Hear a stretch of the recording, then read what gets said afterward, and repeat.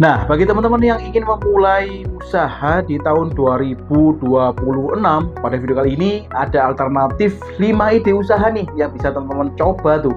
Jika ingin memulai usaha di tahun 2026 dengan modal yang cukup minim, tetapi cuannya cukup gede.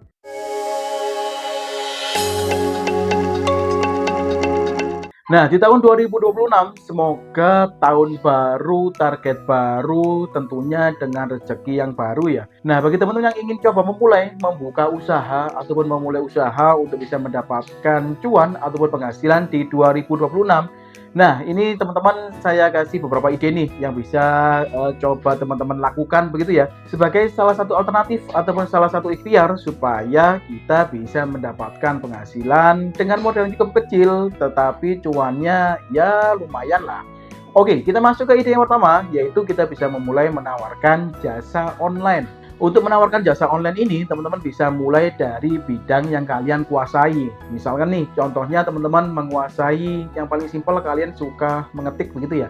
Kalian bisa membuka usaha jasa ketik online misalkan. Misalkan menawarkan untuk mengetikkan proposal misalkan. Atau misalkan teman-teman bisa mencoba profesi menjadi penulis lepas. Teman-teman bisa menawarkan jasa penulisan artikel, copywriting, atau konten media sosial. Atau misalkan teman-teman lulusan desainer begitu. Ya teman-teman bisa menawarkan jasa teman-teman itu di online begitu ya. Misalkan jasa untuk membuat logo, ataupun jasa membuat edit banner misalkan, ataupun edit konsep tertentu. Nah, hal semacam ini bisa teman-teman coba tawarkan di media sosial ataupun di online begitu ya. Nah, dengan cara seperti ini, sembari teman-teman menunggu mungkin nih hasil lamaran kerja teman-teman itu belum ada panggilan seperti itu ya. Teman-teman tetap bisa mencoba ataupun berkreativitas dengan bidang yang kalian kuasai, yaitu dengan cara menawarkan jasa online itu tadi ya. Nah, mengapa sih ide pertama ini menjadi ide yang cukup worth it untuk kita lakukan di 2026 begitu ya? Seperti yang kita ketahui, sekarang itu perkembangan zamannya semakin pesat sekali ya. Segala sesuatunya orang itu lebih suka secara online. Pesan makanan aja sekarang juga online begitu ya. Ada Shopee Food, GrabFood, ataupun di GoFood. Nah, tidak menutup kemungkinan untuk jasa-jasa seperti ini bisa kita lakukan, bisa kita coba ya secara online. Jadi mungkin selain kita bekerja di sebuah perusahaan tertentu, kita bisa menambah side job ataupun penghasilan tambahan dengan tetap menjual kreativitas kita ya, ataupun tetap menjual keahlian kita, yaitu di bidang online. Oke, kita lanjut ke ide nomor 2, yaitu just tip. Nah, misalkan nih teman-teman pekerjaannya itu berada di luar kota gitu ya, yang dimana setiap harinya teman-teman itu dari wilayah rumah teman-teman harus pergi ke kota untuk melakukan sebuah pekerjaan. Nah, jika teman-teman mengalami pekerjaan yang demikian, bisa jadi hal itu menjadi salah satu hal yang bisa kita lakukan supaya bisa mendapatkan cuan ya, yaitu kita bisa membuka just tip ataupun jasa titip yang misalkan nih ada makanan ataupun ada produk yang hanya dijual di wilayah tempat kerja teman-teman dan di wilayah rumah teman-teman itu tidak ada begitu ya. Nah, kalian bisa menawarkan tuh untuk jasa titip, misalkan ada makanan misalkan ataupun produk tertentu, ya kalian setiap hari pulang kerja, kalian bisa menawarkan jasa titip itu tadi ya. Ataupun sebaliknya, misalkan teman-teman menawarkan kearifan lokal di wilayah rumah teman-teman, kalian bawa ke wilayah kerja teman-teman.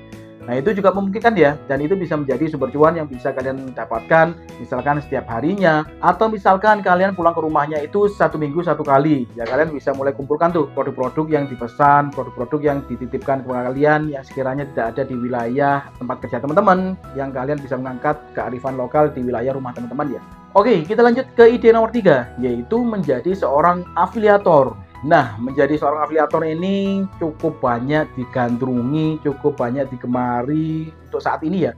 Karena modal yang kita keluarkan cukup kecil, bahkan tanpa modal sama sekali kita juga sudah bisa menjadi seorang afiliator. Daftarnya pun mudah, daftarnya pun gratis, platformnya pun cukup banyak. Mulai dari Shopee ada afiliatnya, lalu TikTok juga ada afiliatnya, Instagram juga kita bisa menautkan sebuah produk ya. Di YouTube pun sekarang juga ada YouTube affiliate program juga. Nah, dari sini kita bisa memanfaatkan yang menjadi seorang afiliator tersebut ya. Meskipun kelihatannya modalnya cukup kecil atau bahkan tidak menggunakan modal sama sekali begitu, menggunakan alat seadanya, tetapi hal yang perlu kalian punyai ataupun hal yang perlu kalian miliki yaitu kreativitas ya. Semakin teman-teman memiliki kreativitas yang cukup tinggi, memperbesar peluang teman-teman untuk bisa mendapatkan cuan itu ya semakin mudah dan semakin cepat. Sudah banyak sekali contoh-contoh orang-orang yang sudah berhasil untuk menjadi seorang afiliator. Apalagi nih bagi teman-teman yang media sosialnya itu sudah memiliki pengikut yang cukup banyak begitu ya. Misalkan di kontak WA-nya itu kontaknya cukup banyak. Ketika kalian mengupload status, misalkan yang melihat sudah bisa ratusan seperti itu ya. Atau media sosial Instagram teman-teman, itu pengikutnya juga sudah banyak. Nah, ini bisa menjadi modal yang cukup bagus ya bagi teman-teman jika ingin menjadi seorang afiliator.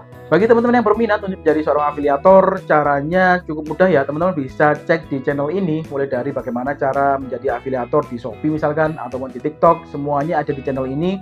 Tinggal teman-teman cari dan tinggal teman-teman ikutin saja semua hal-hal yang perlu disiapkan dan tata caranya seperti apa. Kemungkinan besar untuk teman-teman menjadi seorang afiliator itu terbuka sekali ya. Oke, kita lanjut ke ide usaha yang nomor 4, yaitu membuka usaha jualan makanan online.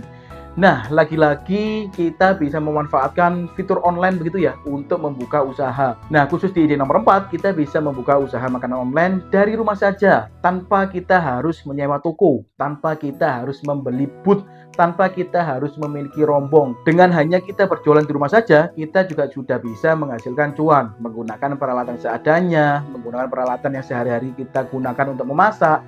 Kita sudah bisa memulai berjualan secara online. Caranya seperti apa? Caranya yaitu kita bisa mendaftarkan usaha makanan kita di platform-platform yang memang sudah besar ya, yaitu seperti Shopee Food, GrabFood, ataupun di GoFood. Nah, yang terpenting jika teman-teman ingin mendaftarkan usaha teman-teman di platform 3 ini misalkan ya, ataupun di wilayah tertentu ada Maxim Food, ada Aci Food, dan sebagainya. Setiap wilayah itu memungkinkan berbeda ya. Nah, yang terpenting adalah ada menu yang kalian jual. Kalian sudah bisa mendaftarkan di platform-platform tersebut. Misalkan nih, teman-teman punya keahlian untuk memasak mie ayam misalkan, ataupun memasak nasi goreng, atau teman-teman punya keahlian masak soto misalkan, ataupun masak rawon. Nah, ini adalah modal cukup bagus nih. Yang terpenting ada menu dulu yang dijual, lalu kalian bisa mendaftarkan usaha teman-teman di platform-platform tersebut. Tidak perlu untuk memiliki booth. Misalkan nih ada yang bertanya, di rumah saya itu tidak ada plang nama toko begitu ya, ataupun tidak ada banner toko. Tidak masalah, yang terpenting itu tadi, kalian memiliki menu yang kalian jual yang bisa kalian daftarkan di platform-platform tersebut. Nah, mengapa sih untuk ide nomor 4 ini menjadi worth it, terutama di 2026 begitu ya? Seperti yang saya sempat jelaskan di awal tadi ya, sekarang itu semuanya serba online begitu ya. Jadi membeli makanan pun juga secara online. Dan di platform-platform tersebut sudah terbukti tiap platformnya itu sudah memiliki calon-calon pembeli yang siap untuk membeli di platform-platform tersebut. Yang nomor 2, pendaftarannya pun mudah dan pendaftarannya pun gratis. Nah, meskipun gratis dan mudah, tetapi jika teman-teman nanti mungkin sudah diterima gitu ya di platform tertentu, hal yang perlu kalian pelajari dan hal yang perlu kalian perhatikan adalah yang pertama, kalian harus mulai belajar untuk menentukan harga jual. Karena harga jual di offline dengan harga jual di online di platform-platform tersebut ini, mulai dari Shopee Food, GrabFood, atau di GoFood, itu tentunya berbeda. Ada beberapa hal yang perlu kalian tambahkan sehingga harga yang kalian pasang itu harus kalian sesuaikan. Karena di platform-platform tersebut itu ada komisi dan sharing profit yang dibebankan kepada mitra atau yang dibebankan kepada restonya ya. Apalagi nih jika teman-teman mengikuti promo-promo yang ada di setiap platformnya. Nah, tentunya untuk harganya ya harus kalian sesuaikan tuh, harus kalian naikkan, harus kalian markup. Supaya ketika nanti misalkan nih untuk resto teman-teman itu laris manis, tapi ternyata uang yang masuk ke rekening kalian itu tidak sesuai dengan ekspektasi atau alias boncos ataupun rugi ya. Jangan sampai seperti itu. Nah, mungkin bagi teman-teman yang ingin mendaftarkan makanannya secara online di aplikasi Shopee Food ataupun di GrabFood ataupun di GoFood gitu ya, teman-teman bisa lihat caranya di channel ini ya. Untuk panduannya sudah cukup lengkap. Jadi untuk bagaimana cara daftarnya, bagaimana cara atur restonya, sampai dengan teman-teman bagaimana cara untuk menentukan harga jualnya, di channel ini sudah cukup lengkap ya. Jadi tinggal kalian cari saja di channel ini sesuai dengan kebutuhan teman-teman, lalu bisa kalian pelajari. Oke, kita lanjut ke ide yang nomor 5 ataupun ide yang terakhir yang bisa kita lakukan di 2026 nih, yaitu menjadi seorang YouTuber. Nah, jika ada yang bertanya, Kak, untuk menjadi seorang YouTuber, saya belum pede begitu ya, masih malu-malu untuk membuat video tatap muka seperti ini. Nah, tenang saja, bagi teman-teman yang ingin mencoba berkarir menjadi seorang YouTuber, kalian tidak perlu awal-awal nih, misalkan masih belum pede tuh untuk menampilkan wajah seperti ini. Ya kalian tidak perlu menampilkan wajah seperti ini ya. Kalian bisa menggunakan animasi ataupun kalian bisa menggunakan kartun di video teman-teman, ataupun kalian bisa menggunakan visual bergerak ataupun visual yang dinamis untuk membuat video yang cukup menarik. Yang terpenting adalah kalian berani mencoba dulu. Nah, setelah kalian nanti berani mencoba, nah lambat laun rasa percaya diri teman-teman itu juga pasti akan meningkat. Nah, seiring meningkatnya rasa percaya diri, bisa jadi tuh kalian memulai membuat kontennya ya bisa tatap muka seperti ini, seperti itu ya. Jadi semuanya bertahap, yang terpenting adalah kalian berani mencoba terlebih dahulu. Nah, mungkin ada yang bertanya lagi, lalu isi kontennya apa begitu ya? Untuk menentukan tema dari channel YouTube-nya apa? Nah, nggak usah bingung-bingung ya, teman-teman bisa membuat tema ataupun ide kontennya sesuai dengan hobi masing-masing. Jadi misalkan nih ada yang hobi memasak, ya teman-teman bisa membuat kontennya tentang memasak. Misalkan nih memasak masakan tertentu ataupun rahasia resep dari masakan tertentu. Nah, itu bisa kalian kulik di situ ya. Atau bagi teman-teman yang hobi untuk memancing misalkan. Nah, ya teman-teman bisa menjelaskan tuh alat pancingnya apa saja, keunggulan dan kelebihannya dari alat pancing A daripada alat pancing B itu seperti apa, atau cara menemukan spot yang sekiranya bisa mendapatkan ikan yang banyak. Nah, hal semacam ini bisa kalian rekam, bisa kalian buat video, lalu bisa kalian upload di YouTube ya. Nah, untuk melakukan hal-hal ini tentunya tidak perlu menggunakan alat-alat yang mahal terlebih dahulu. Kalian bisa menggunakan alat-alat yang ada, misalkan merekam menggunakan HP teman-teman. Nah, supaya perekamannya hasilnya lebih dinamis, hasilnya lebih bagus, ya teman-teman mulailah belajar untuk bagaimana cara mengambil angle-angle yang sekiranya pas tuh, angle-angle yang sekiranya memang bagus di kamera, supaya ketika kalian mengambil gambar ataupun mengambil video meskipun hanya menggunakan HP saja, tentunya hasilnya tetap akan terlihat bagus ya. Nah, selanjutnya mengapa sih untuk menjadi YouTuber ini worth it kita lakukan gitu ya? Ya daftarnya pun cukup mudah, lalu tidak perlu menggunakan biaya begitu ya ataupun alias gratis. Nah, bagi teman-teman yang mungkin merasa tertarik begitu ya untuk menjadi seorang YouTuber, menjadi seorang kreator di 2026 begitu, yang paling penting ada beberapa hal yang perlu kalian perhatikan. Yang pertama yaitu kalian harus konsisten. Jadi untuk menjadi seorang YouTuber atau menjadi seorang kreator terutama di YouTube gitu ya, konsisten itu penting ya. Jadi kalau teman-teman tidak bisa ataupun waktu yang kalian luangkan itu tidak cukup banyak, ya kalian bisa sesuaikan waktu uploadnya itu sesuai dengan waktu yang bisa kalian luangkan. Jangan sampai memaksakan satu hari langsung upload 5, besok, lusa, 3 hari kemudian tidak upload sama sekali, lalu baru upload 2 minggu lagi misalkan. Nah, jangan seperti itu. Yang terpenting kalau di YouTube adalah kalian harus konsisten. Kalian sesuaikan dengan waktu yang bisa kalian luangkan untuk membuat konten ataupun kalian membuat video.